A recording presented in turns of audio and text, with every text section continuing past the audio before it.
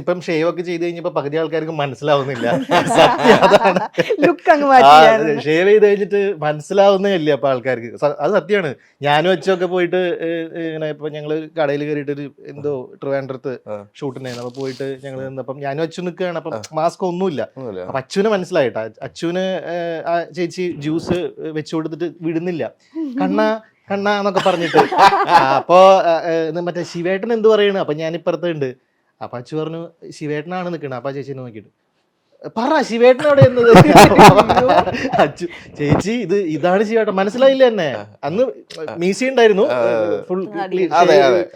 ഇത് മനസ്സിലായില്ല. പോകുന്നവരെ മനസ്സിലായിട്ടില്ല, എന്നെ വിശ്വസിച്ചിട്ടില്ല. ഞാനാണ് ശിവൻ എന്നുള്ള പരിപാടി വിശ്വസിച്ചിട്ടേ ഇല്ല. അപ്പൊ അങ്ങനെ ഒരു പരിപാടി താടിയില്ലെങ്കിൽ സത്യം പറഞ്ഞു കഴിഞ്ഞാൽ ആൾക്കാർക്ക് മനസ്സിലാവുന്നില്ല. പക്ഷെ ഇപ്പോഴും ചോദിക്കാറുണ്ട്, ഇനി ചെയ്യോ, സീരിയൽസ് ചെയ്യോ എന്താ, അല്ലെങ്കിൽ സിനിമ. അവർ ഭയങ്കര ആഗ്രഹമുണ്ട് കാണാൻ വേണ്ടിയിട്ട്. അവർക്ക് ഭയങ്കര ആഗ്രഹമുണ്ട്. ആ ക്യാരക്ടറും ഭയങ്കര ഹിറ്റ് ആയിരുന്നല്ലോ. അതാണ്. അതാണ് എല്ലാവർക്കും എല്ലാവർക്കും ഇഷ്ടമായിരുന്നു. സജിൻ എന്നുള്ള പേരിനേക്കാൾ കൂടുതൽ മേ ബി ആ പേരും നന്നായിട്ട് അറിയാം.